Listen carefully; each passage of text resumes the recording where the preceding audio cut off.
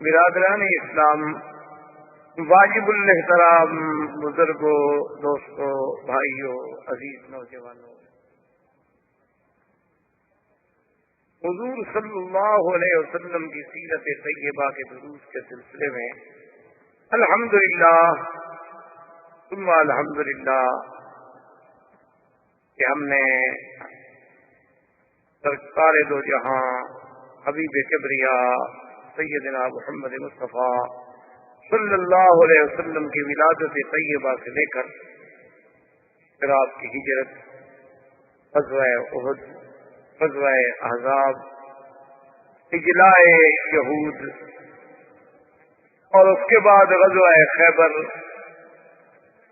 اور غزوہ خیبر کے بعد حضور صلی اللہ علیہ وسلم کا واپس مدینہ منورہ میں تشریف لے آنا، اور مختلف سرایا کو مختلف علاقوں میں بھیجنا، تاکہ جن لوگوں نے احزاب کے موقع پر بغیر کسی عداوت کے کفار قریش کے ساتھ مل کر مدینہ منورہ پہ چڑھائی کی، ان کو ادب سکھلایا جائے تاکہ آئندہ کوئی قبیلہ ایسی جرأت نہ کر سکے۔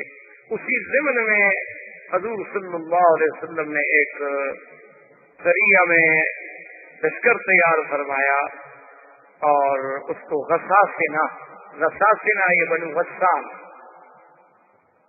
یہ بنو غسان جو ہیں یہ روم کے حلیف تھے، جیسا کہ آپ پڑھ چکے ہیں اور تاریخ میں سن چکے ہیں کہ اس دور میں جو سپر پاور تھی یہ روم تھا، کسرا۔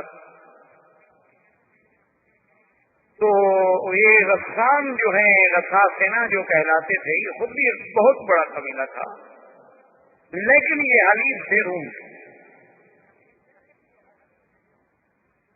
حضور صلی اللہ علیہ وسلم نے بنو غسان کی تعذیب کے لیے جو لشکر تیار فرمایا، تقریباً 2000 آدمی پر مشتمل، کیونکہ وہ بہت بڑا قبیلہ تھا اور بڑا طاقتور قبیلہ تھا۔ اس کے بعد میں غزوہ تو آپ نہیں کہہ سکتے کیونکہ حضور صلی اللہ علیہ وسلم تشریف لے گئے، اسے آپ جنگ کہہ سکتے ہیں، مارکہ کہہ سکتے ہیں، سریہ کہہ سکتے ہیں۔ موتا کے نام سے کتابوں میں، احادیث میں، سیر میں مشہور ہوا، کیونکہ اس جگہ کا نام موتا تھا اور قلعہ جو تھا وہ موتا کا قلعہ کہلاتا۔ اور اس سریے میں ایک عجیب بات ہوئی کہ حضور صلی اللہ علیہ وسلم نے جب سریے کو حکم دیا جانے کے لیے تیار کیا تو آپ نے فرمایا کہ سب سے پہلے اس سریے کا پرچم جو ہے وہ حضرت زید اٹھائیں گے، اور اگر حضرت زید شہید ہو جائیں تو پھر یہ پرچم جو ہے حضرت جعفر اٹھائیں، اور حضرت جعفر کے بعد یہ پرچم جو ہے ابھی عبیدہ بن الجراح اٹھائیں۔ ایک روایت میں ہے کہ عبداللہ ابن رواحہ، حضور صلی اللہ علیہ وسلم نے عام طور پہ جو لشکر ہوتے تھے، فوج ہوتی تھی، وہ جمعرات، جمعہ کے دن زیادہ سفر نہیں ہوتے تھے۔ یہ پہلا سفر ہے جو صحابہ نے جمعہ کے دن صبح کی نماز کے بعد شروع کیا، اور اسی سفر میں عبداللہ ابن رواحہ جو تھے وہ واپس آ گئے راستے سے۔ ان کے دل میں یہ آیا کہ جب مدینہ منورہ میں جمعہ ہے اور حضور صلی اللہ علیہ وسلم کے ساتھ جمعہ پڑھنے کی سعادت تو معمولی سعادت تو نہیں ہوتی، اور پھر ہم لوگ جہاد سے جا رہے ہیں، خدا جانے واپس بھی آئیں گے یا نہیں۔ تو وہ واپس آ گئے مدینہ منورہ میں، انہوں نے آ کر جمعہ حضور صلی اللہ علیہ وسلم کے ساتھ پڑھا۔ حضور کی جب نظر پڑی تو حضور نے جمعہ سے فارغ ہونے کے بعد بلایا، فرمایا کہ عبداللہ کیا ہو گیا؟ ہم نے آپ کو حکم دیا ہے کہ آپ غساسنہ کی طرف جائیں اور آپ واپس آ گئے۔ اس نے کہا میں کسی وجہ سے یا کسی کمزوری سے واپس نہیں آیا، بس میرے دل میں آ گیا کہ آج جمعہ کا دن ہے اور حضور کے پیچھے مدینہ منورہ میں جمعہ ادا کروں، اور پھر میرے پاس الحمدللہ بڑی تیز رفتار سواری ہے اور میں قافلے کو ابھی جا کے پکڑ لیتا ہوں۔ حضور نے فرمایا تم کا جانتے ہو کہ اگر ساری دنیا جو ہے نا وہ اگر تمہیں مل جائے اور اللہ کے راستے میں خیرات کرو تو ان کے ثواب کو تم نہیں پہنچ سکتے جو جا رہے ہیں۔ تو خیر عبداللہ بن رواحہ چل،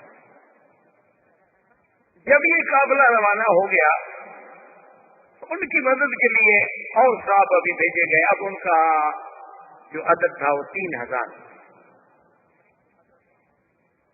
ایک یہودیوں کا بہت بڑا عالم تھا. اس کو جب ایک صحابی نے یہ بات سنائی کہ اس طرح حضور پاک نے لشکر بھیجا ہے, سریہ بھیجا ہے, اور آپ نے فرمایا کہ پہلے پرچم زید لے گا, پھر جعفر لے گا, پھر عبداللہ لیں گے, تو اس یہودی نے کہا کہ تم سمجھتے ہو یہ کیا بات ہے؟ نہیں کوئی بات نہیں, یہ تو پرچم ہے. بھائی جنگ میں کبھی وہ اٹھاتا ہے, کبھی وہ اٹھاتا ہے, کبھی وہ. اس نے کہا نہیں, اللہ کا نبی جب ایسی بات کرے تو یہ دلیل ہوتی ہے کہ وہ لوگ شہید ہو جائیں. حضور صلی اللہ علیہ وسلم نے جب یہ بات فرما دی ہے کہ پہلے زید اٹھائیں گے پرچم, پھر جعفر اٹھائیں گے, مطلب یہ کوئی شہید ہو جائیں گے, اب وہ بچ نہیں سکتے. کیسے؟ کہا بس ہم نے تو کتابوں میں پڑھا ہے نا کہ اللہ کے نبی سے جب یہ بات نکل جائے تو یہ علامت ہوتی ہے کہ وہ لوگ شہید ہیں. انہوں نے کہا ٹھیک. اب جناب جب یہ لشکر وہاں پہنچا اور وہ غساسنہ بنو غسان کو بھی پتہ چلا تو ان کا جو سردار تھا حارث, اس نے روم کے بادشاہ کو لکھا کہ ہماری مدد کرو. اصل ان کی بزدلی کی وجہ یہ بنی کہ وہ ارادہ کر رہے تھے بنو غسان کے ہم مدینے پہ حملہ کریں, اور اب وہ حیران ہو گئے کہ ہم مدینے پہ کیا حملہ کریں, مدینے سے تو مسلمان ہم پر حملہ کرنے کے لیے چل پڑے. اس نے پھر روم کے بادشاہ کو لکھا کہ ہماری مدد کریں کیونکہ ہم آپ کے حریف ہیں. تو روم کے بادشاہ نے ہرقل کی قیادت میں, ہرقل کے بھائی کی قیادت میں 1,00,000 کا لشکر بھیجا جس میں 50,000 سے گھوڑ سوار, اور غساسنہ جو تھے ان کے پاس بھی 1,00,000 کا لشکر پہلے سے موجود تھا. تو آپ اندازہ کریں کہ 3,000 آدمی اور مقابلہ 1,00,000 2,00,000 سے, جن میں 50,000 تو صرف گھوڑ سوار ہیں, اور سر سے لے کر پاؤں تک وہ لوہے کے خودوں میں اور پیتل کے اس پلیٹوں میں چھپے ہوتے تھے کہ وہاں سوائے آنکھوں کی کچھ نظر ہی نہیں آتی. لیکن صحابہ ایک وہ تو قوت ایمان سے لڑنے والی قوم تھی نا, وہ عادات سے لڑنے والی تو قوم ہی نہیں تھی. ان کا تو ایک ایمان تھا کہ بھئی مسلمان ہر حال میں کامیاب ہے. اگر آدمی مارا جائے شہید ہو جائے گا, بچ گیا تو غازی بن جائے گا. ہمارا تو گھاٹا کسی حال میں ہوتا ہی نہیں. جب گھاٹا ہی نہیں تو ڈرے کیوں؟ ڈرتا تو وہ ہے نا جی کہ اگر مر گیا تو یہاں بھی آگ لگائیں گے اور آگے بھی جہنم کی آگ ہے. وہ تو ڈرے کہ بھی یہاں بھی بہت ذرا پیار کریں گے تو ذرا لکڑی قیمتی رکھ دیں, بڑا آدمی مر جائے گا تو سندل کی لکڑی میں جلا دیں, لیکن جلائیں گے آگ. تو جب ہم نے اپنی ابتدا خود آگ سے کی ہے تو آگے تو آگ ویسے تیار ہیں. ان کو تو بڑا مسئلہ ہوتا ہے, وہ تو بڑے گھبراتے ہیں, ڈرتے ہیں کہ اب کیسے کریں, مرے. لیکن ایک مسلمان کے دماغ میں تو یہ ہوتا ہے کہ ٹھیک ہے جی, مر گئے تو لاکھ کے اور بچ گئے تو 1,15,000 کے, کیا ہے, غازی بن جائیں گے, اور مر گئے شہید ہو گئے. اور شہید کا مقام اتنا بلند ہے کہ اللہ فرماتا ہے کہ شہیدوں کو مردہ بھی نہ. تو اب جب یہ لشکر وہاں پہنچا تو سب سے پہلے پرچم حضور صلی اللہ علیہ وسلم کے حکم پر حضرت زید نے, اور انہوں نے کہا کہ بھئی اب باتیں کرنے کا وقت تو ہے نہیں. ان کو پیغام دیا شریعت کے مطابق جو حضور کا فرمان تھا کہ بھئی 3 چیزیں ہیں, ہماری یا اسلام لے آؤ, یا جزیہ قبول کرو, ہمارے بعد گزار بن جاؤ, ہمارے تابع بن جاؤ, اور نہیں تو بینا ہو بینکم السیف, پھر تمہارے ہمارے درمیان فیصلہ تلوار کرے گی. انہوں نے کہا عجیب لوگ ہیں, 2,00,000 ہمارا لشکر ہے, 3,000 آدمی ہم سے آئے تلوار سے مقابلہ کرنے کے لیے. تو انہوں نے اپنے 5-4 ہزار آدمی کو حکم دیا کہ اب 2,00,000 کو لڑنے کی کیا ضرورت ہے, 3,000 کے مقابلے میں 4,000 5,000 6,000 بھیج دو. بھیج دیا, لیکن اللہ کی شان ہے کہ مسلمان اتنی طاقت سے اور اتنی قوت سے لڑے اور اتنی بے جگری سے لڑے کہ بھئی شام ہو گئی اور ان کے تو پشتوں کے پشتے لگا دیے مسلمان نے. مسلمانوں کا ایک بندہ بھی شہید نہیں ہوا. جب مغرب ہوئی, جب ختم ہوگی, پہلے دور میں تو یہ ہوتا تھا نا, اب تو ریموٹ کنٹرول سے جنگیں ہوتی ہیں نا, اپنے ملک میں بیٹھو بٹن پہ ہاتھ لگاؤ بات ختم ہو. وہاں تو یہ ہوتا تھا نا کہ جب رات ختم ہوگی جو مر گئے ہیں ان کو بھی تو اٹھانا ہے نا, اور پھر کوئی ایک دوسرے کو منع نہیں کرتا تھا. لاشیں باقاعدہ اٹھاتے تھے, وہ اپنی لاشیں لے جاتے, وہ اپنی لاشیں لے جاتے, وہ اپنے زخمی لے جاتے, وہ اپنے زخمی لے جاتے, یعنی عجیب جنگیں ہوتی.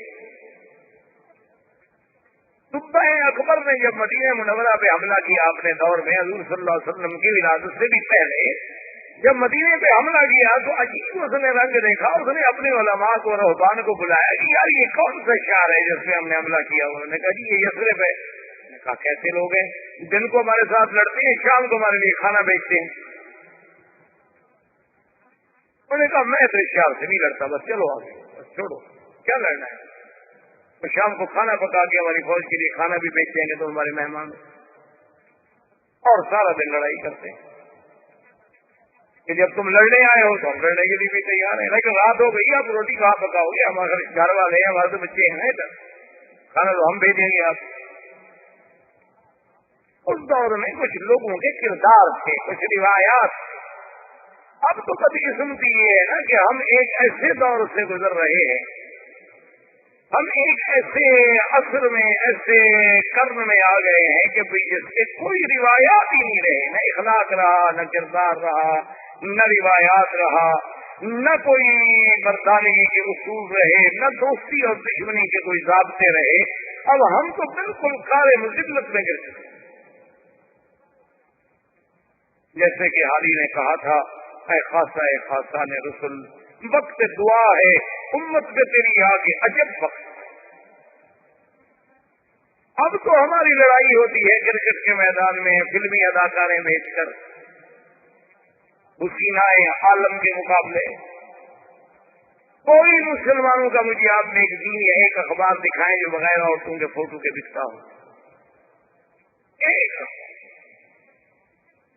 اور قدرت کی بات دیکھیں کہ ایک صفحے پر روضہ رسول اللہ کا منظر ہوگا اور حضور پاک صلی اللہ علیہ وسلم کی سیرت ہوگی اور کعبۃ اللہ کے دروازے کا منظر ہوگا, اور پچھلا صفحہ کھولو تو عورتوں کے فوٹو, اندر کھولو تو فلموں کے اشتہار ہوں گے. یہ کون سا مسلمان ہے؟ ہم کیا ہو گیا ہے کہ مسلمان ہو کر وہ عورتیں جو فلموں میں کام کرتی ہیں وہ یہ کہتی ہیں کہ ہم مسلمانوں کی عزت ہیں, تو یہ ہماری عزت اب طوائف ہیں اور کنجر رہے تھے. موسیقی ہمارے ہاں عبادت بن چکی ہے. کیا ہو گیا ہے؟ سمجھے کہ اس زمانے میں کچھ کردار تو خیر جناب شام ہو گئی, دوسرے دن سے لڑائی ہوئی, مسلمان نے پھر جناب مارا, اور کچھ مسلمان بھی شہید ہوئے لیکن بہت تھوڑے.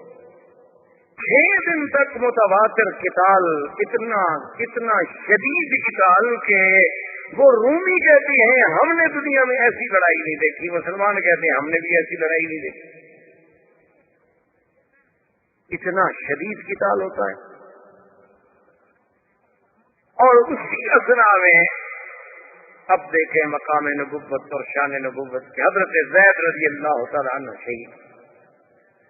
اب حضور تو مدینہ منورہ میں ہے اور جنگ موتا میں. حضور نے مسجد نبی میں بیٹھ کے فرمایا صحابہ زید شہید, انا للہ و انا الیہ راجعون. حضرت زید شہید ہو گئے, پرچم جعفر نے اٹھایا. حضرت جعفر رضی اللہ تعالیٰ عنہ اتنی بےچینی سے لڑے کہ دشمن نے ہاتھ مارا تلوار کا, آپ کا دایاں ہاتھ کٹ گیا, آپ نے بائیں ہاتھ میں پرچم لے لیا. دوسرے نے تلوار کا وار کیا, آپ کا بایاں ہاتھ کٹ گیا, تو آپ نے اپنے سینے کے ساتھ اس کو لگا لیا کہ پرچم نہ گرے محمد صلی اللہ علیہ وسلم. اتنے میں تلوار لگی حضرت جعفر کی, یہ کپت کے تھی, ہاتھ نیچے سے کٹ گئی, حضرت جعفر بھی شہید ہو گئے. حضور صلی اللہ علیہ وسلم نے دوسری نماز میں جب حرم تشریف لے آئے تو آپ نے فرمایا خوشید جعفر, میرا جعفر بھی شہید. اور حضور حضرت جعفر کے گھر میں تشریف لے گئے اور ان کے بچوں کو بلایا اور سینے سے لگا رہے ہیں, چمٹا رہے ہیں, پیار کر رہے ہیں. تو جعفر کی بیوی آ گئی, اس نے کہا اخبر نہیں یا رسول اللہ, مجھے بتائے بات کیا ہے, آپ نے کبھی ایسے نہیں کیا ہمارے بچوں کے ساتھ. حضور نے فرمایا یا بنت اس خوشید جعفر, جعفر شہید. فبقارت حضور صلی اللہ علیہ وسلم, اور حضور صلی اللہ علیہ وسلم نے فرمایا انی اريد, میں دکھلایا گیا ہوں کہ اللہ نے اس کو یاقوت کے 2 ہاتھ بنا دیے ہیں اور وہ پروں کے ساتھ فرشتوں کے ساتھ جنت میں پرواز کر. حضرت جعفر کے بعد عبداللہ ابن رواحہ نے پرچم لیا, عبداللہ ابن رواحہ بھی. اس کے بعد ایک صحابی نے پرچم ویسے پکڑا کچھ دیر کے لیے، اور سامنے حضرت خالد بن الولید آ گئے، اور یہ اسلام کا پہلا سریہ ہے، پہلا معرکہ ہے جس میں خالد مسلمانوں کی طرف سے شریک ہوا۔ 5 مہینے تو ہوئے تھے ابھی آپ کو اسلام لائے ہوئے۔ خالد بن الولید رضی اللہ تعالیٰ عنہ کو اس نے کہا کہ دیکھو میں نے تو پرچم ویسے پکڑ لیا ہے، میں تو کوئی کمان کرنا نہیں جانتا، مہربانی کرو اب مسلمانوں کا پرچم تم لو۔ اس نے کہا دیکھو حضور پاک نے 3 کا نام لیا تھا، میرا تو نام ہی نہیں لیا۔ اس نے کہا اس کا مطلب یہ تھوڑا ہے کہ تمہارا بھی نام لیتے، اب کسی نے تو آخر اس پرچم کو لینا ہے نا۔ تو خالد بن الولید نے پرچم لے لیا اور جنگ روک دی، اور وہ پیچھے ہٹ گئے، مسلمان پیچھے ہٹ گئے۔ حضرت خالد نے غور کیا، تدبر کیا کہ ہمارے پاس تو 2500 آدمی رہ گئے ہیں، اور ان کا اگر ہم نے 2500 بھی مار دیا ہو تو 2 لاکھ میں کتنے کم ہو گئے ہیں۔ خالد بن الولید جو تھے رضی اللہ تعالی عنہ، یہ وطن من ابطال الاسلام، اور خدا کی شان ہے کہ جب حضور شام کو عشاء کی نماز کے لیے مسجد میں تشریف لے آئے تو حضور کے چہرے پہ ایک بڑی عجیب سی خوشی تھی، اور آپ نے فرمایا مسلمانوں میرے تو 3 جرنیل جو تھے شہید ہو گئے، لیکن اب اس بندے نے پرچم اٹھایا ہے الذی سیف من سیوف اللہ، جو اللہ کی تلوار ہے، اب اس کے ہاتھ میں پرچم، اب مسلمانوں کو کوئی شکست نہیں دے سکتی۔ اور اسلام میں یہ 2 مجاہد گزرے ہیں، بطل اسلام گزرے ہیں، ایک خالد بن الولید اور ایک حضرت زبیر بن العوام۔ یہ 2 آدمی تھے جو دونوں ہاتھ میں تلوار پکڑ کے دشمن سے مقابلہ کرتے تھے، اور نہ کوئی دنیا کا بہادر کبھی 2 ہاتھ سے نہیں لڑتا، ہمیشہ ایک ہاتھ سے لڑتا ہے۔ ایک ہاتھ میں ڈھال ہوتی ہے یا ترس ہوتی ہے یا گھوڑے کی لگام ہوتی ہے۔ یہ 2 آدمی تھے صرف جنہوں نے کبھی ایک ہاتھ میں تلوار نہیں پکڑی، بلکہ دونوں ہاتھوں میں تلوار لے کر مقابلہ کرتے تھے۔ اور خالد بن ولید کا ماشاءاللہ اتنا قد بھی اتنا اونچا تھا کہ گھوڑے پہ بیٹھتے تو پاؤں میں سے زمین کو لگا لیتے۔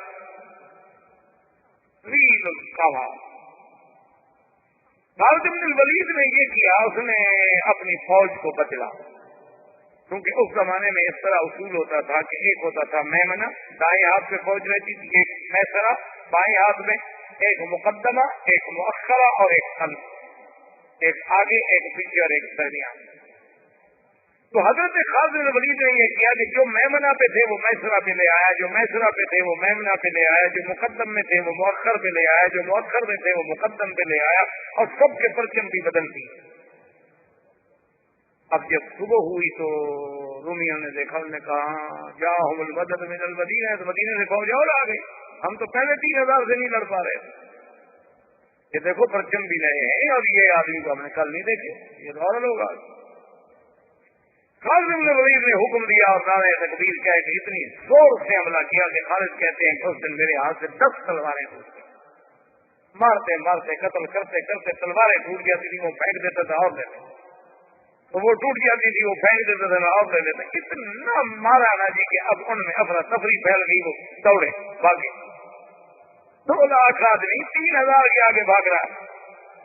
جب انہوں نے بھاگنا شروع کیا تو خالد نے آرڈر کیا اپنی فوج کو کہ پیچھے آؤ پیچھے آؤ پیچھے آؤ، ہٹو۔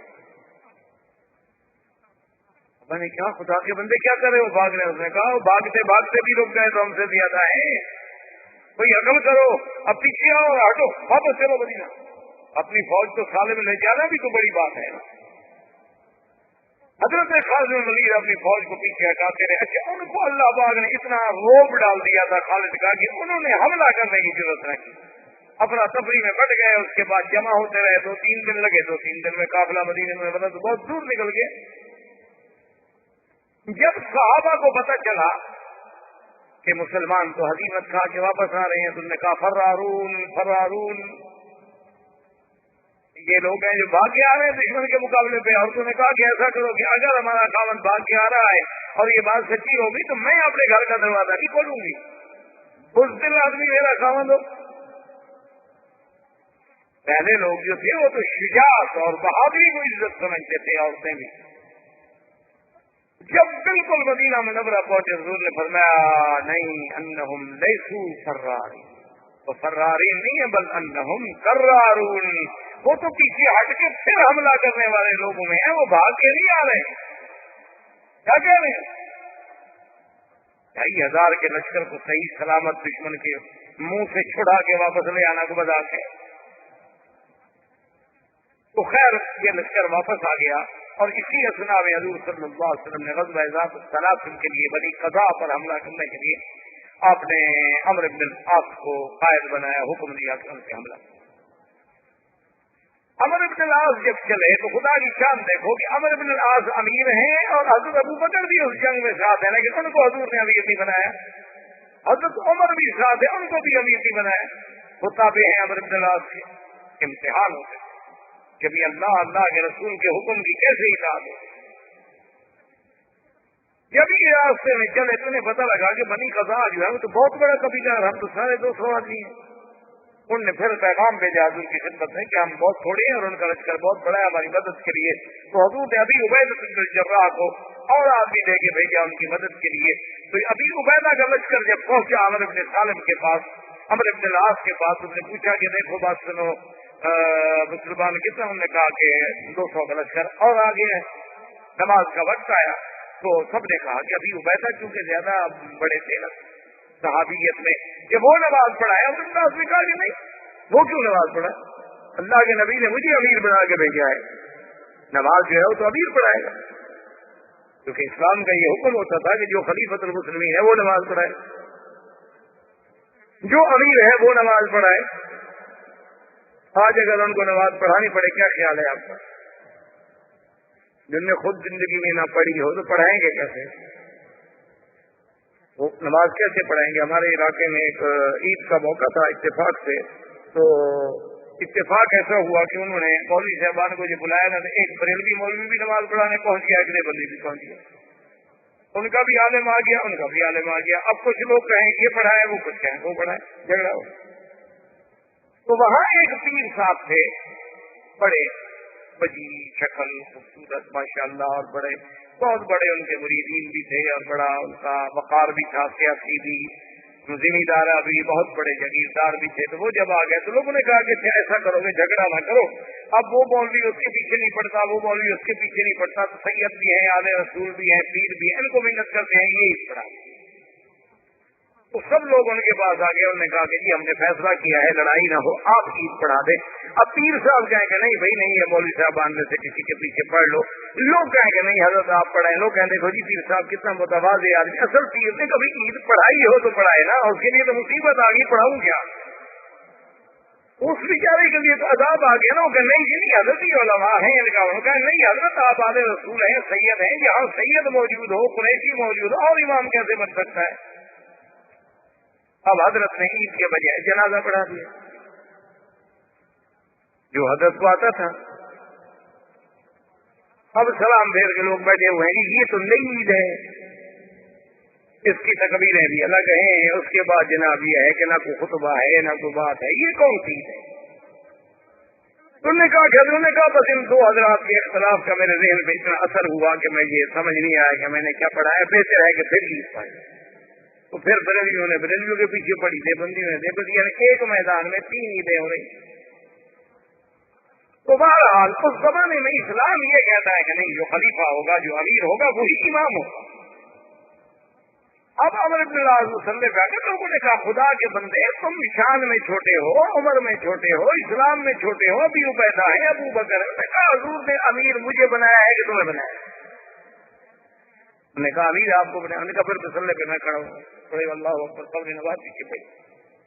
حضرت عمر کو بات ناگوار ہوئی، چھوٹا آدمی ہے۔